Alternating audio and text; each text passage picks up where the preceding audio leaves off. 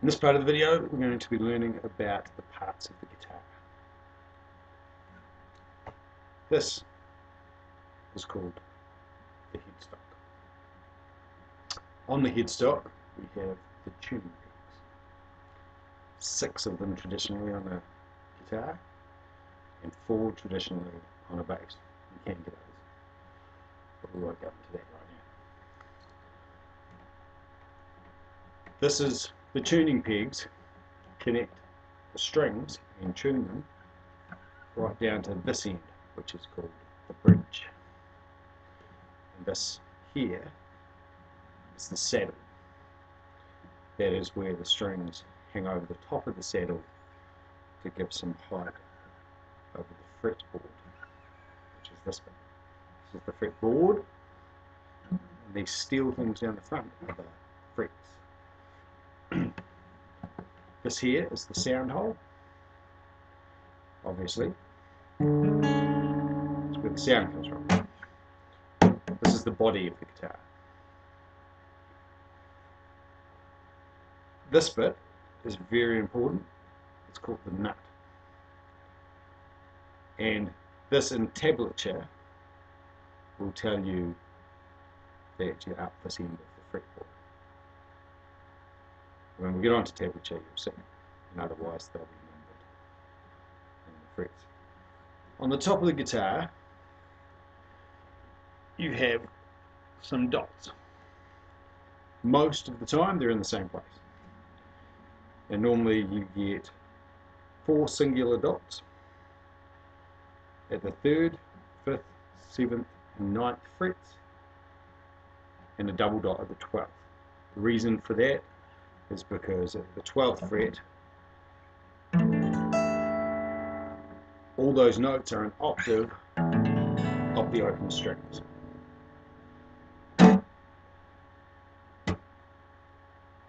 And most of these things are the same, whether it's an acoustic or an electric guitar. In the case of the bass and electric guitars, in here you'll have volume knobs, and near the back they're normally tone. These are called the pickups in here. This, instead of a sound hole and naturally, organically creating a sound, these pick up a very small sound that comes from an instrument not plugged in. Up here and down the very bottom are your strap pegs, and they hold your strap on so that you can stand up and play. Or if you're sitting down, sometimes it's quite handy that it doesn't slip off your leg. And lastly, the electric guitar is pretty much the same, except in this case it has a toggle switch. And what this does is, up the top, most of them will have it written on what they do. Up the top is a rhythm sound. Down the bottom it says treble, which is more for high-end lead stuff.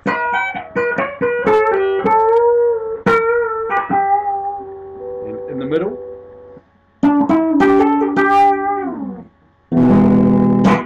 gives you a mixture of both. And where the tuning pegs are, where the volume pots are, and the tone pots, there's 2 of each. The front 2 are volume and the back 2 are tone, much like the others. Closest to you control the pickup furthest up the neck, and the 2 further back control the pickup further back.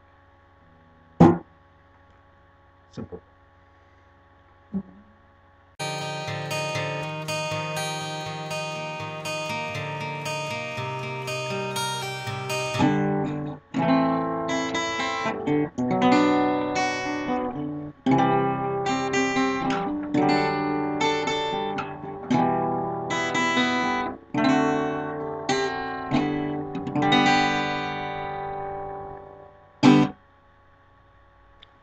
That then may have sounded like an intricate piece of music. It might have sounded great to your ears. The fact is, it was a scale using chords. I like to call this the key chord scale. This shows you and explains to you what a key is and how it works. And we're going to go through this in fine detail. Again, rules that never ever change is the order of the chords. And I don't mean just the letters, I mean the type of chords. You will always start with a major.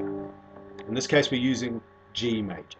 The key is also G major. G comes in the first degree. This is also called the tonic or the root. And then, as the alphabet never changes, next one is an A chord of types. This is called an A minor chord. It will always be a minor in the second degree. And if you haven't noticed, major chords are happy, minor chords are sad. The third degree, in this case B minor, will always be a minor.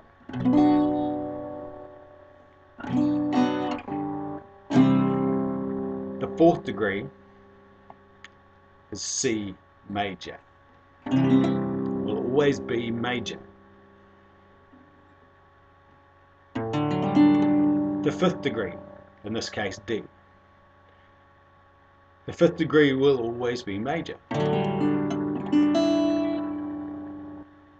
And this particular major chord, the fifth degree, always has a sense of wanting to go back to the beginning. You will start to categorize these chords and start hearing them for yourself. Next is the sixth degree, in this case E minor.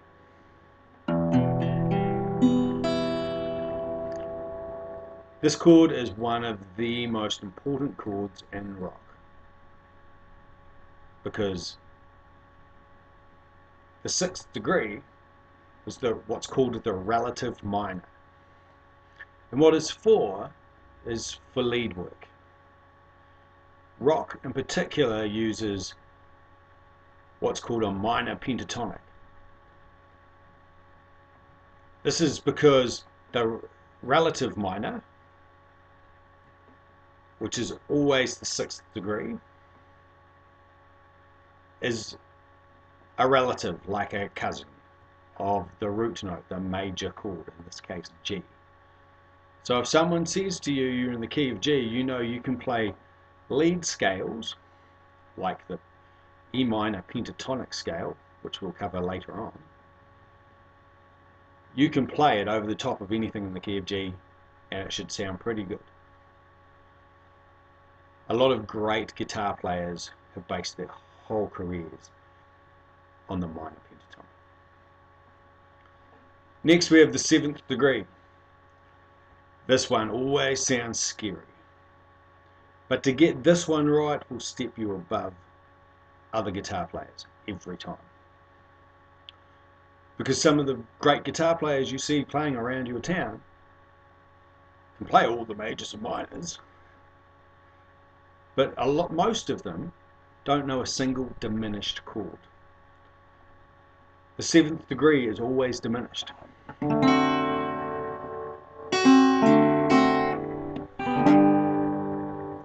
And it goes back to the root. And as you heard, the diminished chord always sounds like it wants to resolve to the G, to the root or tonic chord.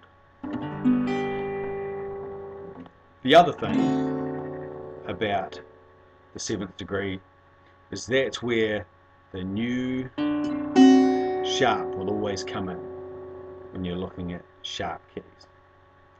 That I will explain to you in further theory lessons, but that's a rule to remember.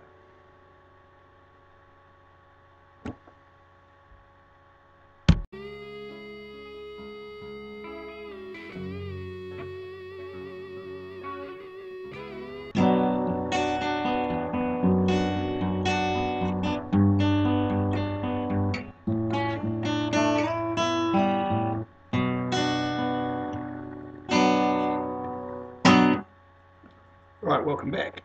We're going to look at now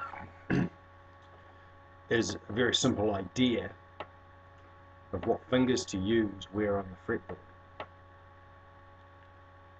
The idea is that anywhere on the fretboard within 4 frets, using 4 fingers, 1 per fret, you can find anything you need.